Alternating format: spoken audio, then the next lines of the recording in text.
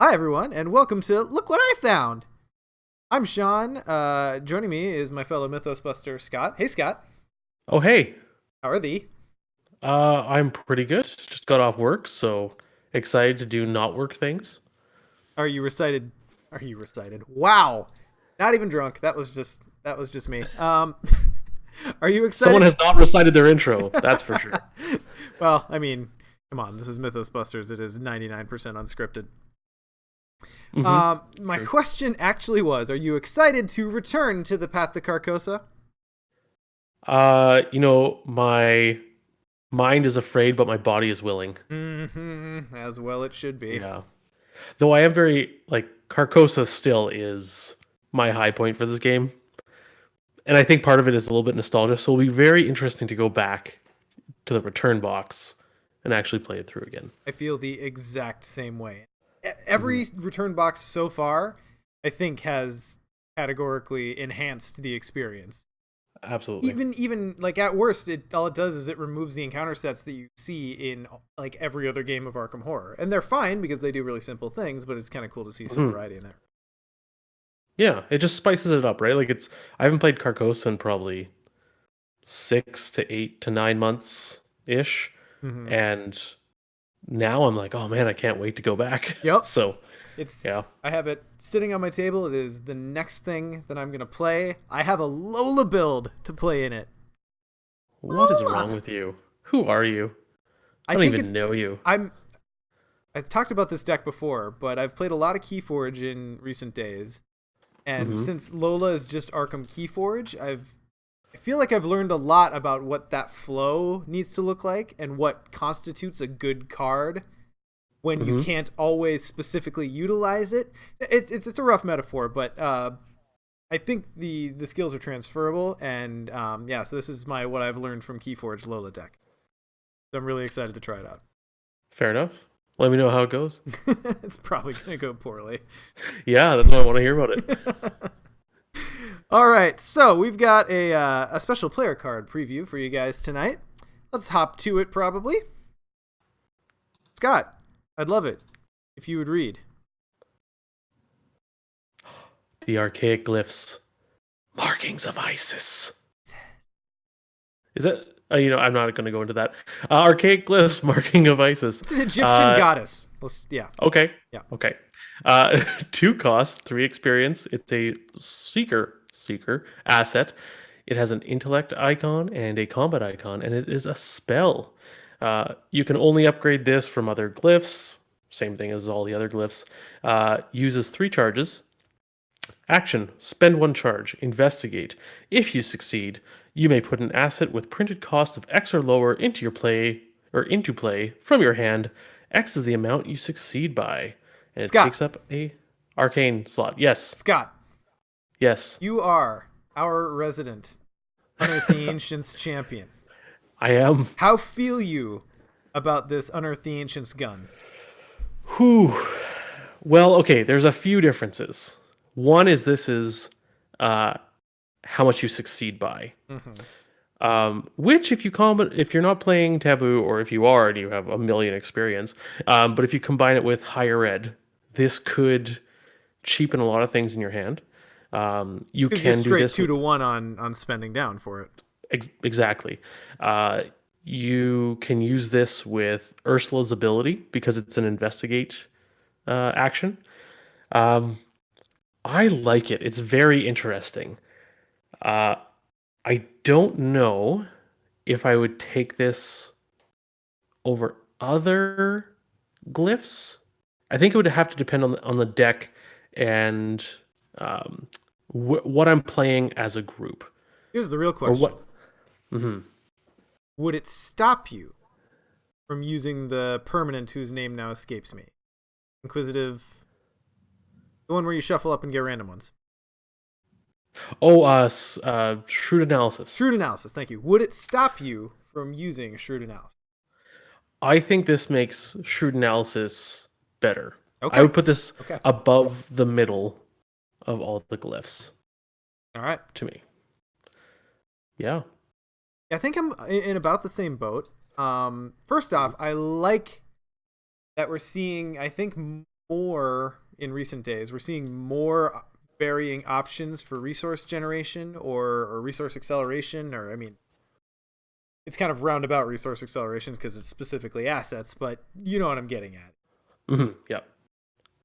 I think I've mentioned in the past one of my big frustrations with the Lord of the Rings LCG is that there were just these cornerstone cards that never really got challenged in any meaningful way, and hmm I don't see that happening in Arkham.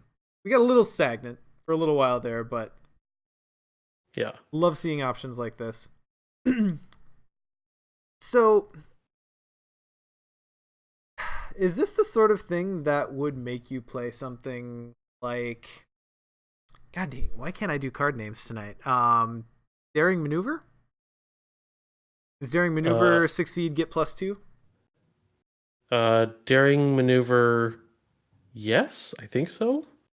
Chat, help us out. It probably is. You know what? I have Arkham DB up. I guess the core of my question is: Yep. are there any shenanigans that you can think of to actually increase the amount you succeed by, besides the one I just? Uh, yeah. I mean, you could use daring maneuver. Uh, the only thing is with daring maneuver, unless you're playing a succeed by two deck, I don't think you want to take daring maneuver just for this. Mm-hmm. Um, But if going your back to shrewd name analysis. rhymes Sorry. with Mex Rurfy, Yeah. even in a post-taboo world, you know, it Mm-hmm. could be a thing. Mm-hmm. It could be a thing. Yeah. Probably That's not worth that's the a splash. that's a pretty bold splash, I think. Probably fortune traded too, so just forget everything I said. It's a gambit actually. Okay. So, but you know that brings a good point. Is it worth putting daring maneuver in Rex so that eventually you can get to these glyphs, uh, and you don't have to get the Rex glyphs as some people call it, which is the guiding stones, Correct. which is yeah succeed by two additional clue stuff. Daring maneuver is basically a fast card that says gain a clue Mm-hmm. for zero cost. Which in Rex Murphy, like just if that was a card, I don't know any investigator that wouldn't play that. I mean, people play working a hunch and it costs 2. Yep. So yeah, absolutely. Daring maneuver with this, uh, I think that's a thing. Excellent. Uh, Yeah. g- Going back to shrewd analysis real quick, just to go over the other two in case anyone forgot, because I totally forgot the other one, which I don't know why, because it's my favorite one of them all, is the prophecy foretold. It's investigate. If you succeed, you may automatically evade an engaged enemy. It doesn't provoke attacks of opportunity, which, especially solo, is unbelievable. Um, Guiding stones is the Rex stones. I feel like the prophecy foretold one is an awesome solo card, Mm-hmm. right? Because you need to investigate. It doesn't take actions of attacks of opportunity. Mm-hmm. Guiding stones is totally the four-player stone or glyphs, right? Like you just Agreed. play Daisy, play the guiding stones, and just crank up your investigation and just hoover clues. I feel like markings of ISIS is kind of like 2 to 3 player area where you do your stuff, but you want to be a little more efficient because you can, kind of. Like the other Mm-hmm. two are still good. Um, yeah. Yeah, I see what you're saying. It doesn't necessarily lend itself well to either thing because it's kind of not really doing anything inherently affected by the number of players. Um, Mhm. I really. So Akachi can take this, right? Marie can take this. Yes. I Yes. like this in Marie. Really do like this in Marie. hmm Hmm. I may have to investigate this. See what you did there. Well, any final thoughts on the glyphs? You're gonna throw them Um, in your next Ursula deck? you know, I'm torn because Unearth the Ancients. I guess the big difference between this and Unearth the Ancients. Well, there's a couple big differences. One, this costs XP. Hmm. That's a big one. Two, yeah, and it blocks you off from the other glyphs, right? And the other Hmm. glyphs are, I would probably consider them the strongest of the side seeker side quest Sure. options. Uh, Strange Solution is up there with the acidic Ichor, but Hmm. like I mean, I think that's the only good one in that set. Right. Um, Another difference is this is 3 charges as opposed to um, Unearth the Ancients, which is just a one shot. I think the the one thing that's kind of stalling me on this is you can put an asset into play with a cost of X or lower. X is the amount you succeed by, Hmm. but you're spending the charge initially, whereas Unearth the Ancients is just succeed, but you're investigating the shroud.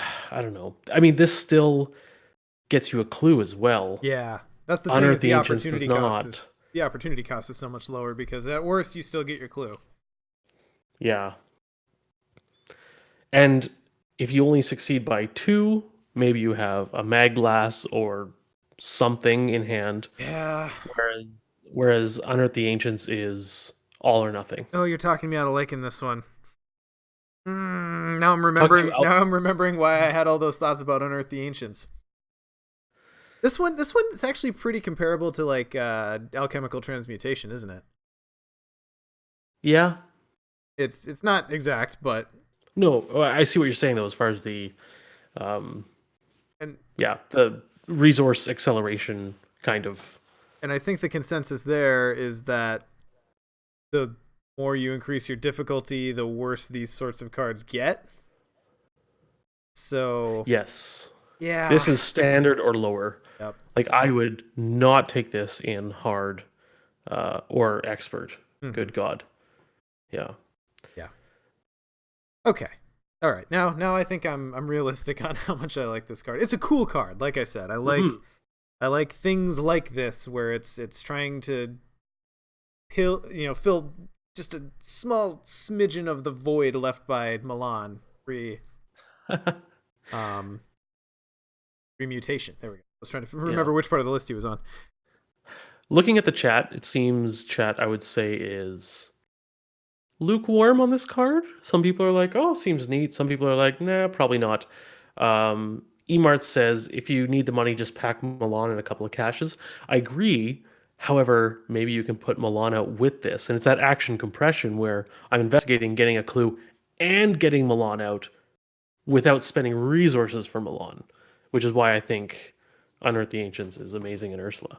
So I think that's where the key is that compression slash cheapening of assets by making them free, kind of.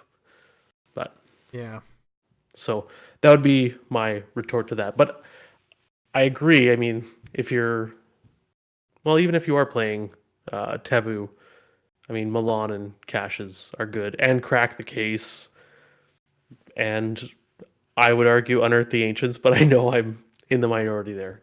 So That is yeah, putting it lightly, but this is also something you want to see early, as Emart also notes. yep, Like this definitely. late game is like you've got your tableau set up, so He what are you gonna says do with decent it? icons, right? Yeah. The only thing too is also because you mentioned Marie and Akachi, Mm-hmm. it does take up the spell slot, Mm. which is kind of contested there. Although now we have Sign Magic. Um, who Yeah, knows? we have sign magic, Yep. and it solves all of those problems. It's great. Yep. Oh, key difference as well between I'm just thinking of all this stuff as we're like winding down. Well, we've wound all the way Versus back up now, so Unearth the Ancients. This is not limited to seeker assets. This is asset, which is a big difference that's because the thing. there have been many times where I'm like, oh man, I wish I could get my like golden pocket watch into play with my Unearth the Ancients, but you can't. It's got to be specifically seeker, or if you have bow, let's say in Ursula, it has to be seeker. So Or if you're Joe and want to like pay for guns and stuff. yeah. I mean, I suppose you'd have to hit a pretty high test, but it happens. It could happen. Hmm. I do like that this is if you have a pretty full hand, which seekers tend to do, you probably have a couple assets in hand. Maybe you have, a 1 cost, a 2 cost, a 3 cost, and a 4 cost, or something along like a spread, and you're like, I'm okay with a free asset coming out. Mm-hmm. So I don't know. Now I'm warming back up to this. The more I talk about it, I'm like, I just see all these opportunities, and the action compression and the value just starts eking into my soul, and I want to play it. Yeah. Okay. Yeah. Well, then that's all there is to it. This is going in the Daisy deck when we start Eldritch Adventures of Skids and Daisy, right? I guess it has to. Yep. Excellent. Okay. Well, thank you everyone for joining us on this special episode of Look What I Found. We're the Mythos Busters. If you have a care to, we're about to record episode 66 of our podcast in our Discord. God, if you wouldn't mind putting the link to the Discord in the chat. Sure will. That would be fantabulous. Yeah, and check out our podcast. And we're really, really super excited for the upcoming Dream Eaters. And you know what? I think depending on how the first few games of this campaign goes, if this Lola deck is actually as good as I hope it's going to be, I might do like a little solo deck build episode on it. I've been wanting to try out that kind of format, and we'll see how it goes. I don't know. I'm just thinking out loud now. So thank you all for joining us, and we'll see you next time, or in the Discord now. Bye. Bye.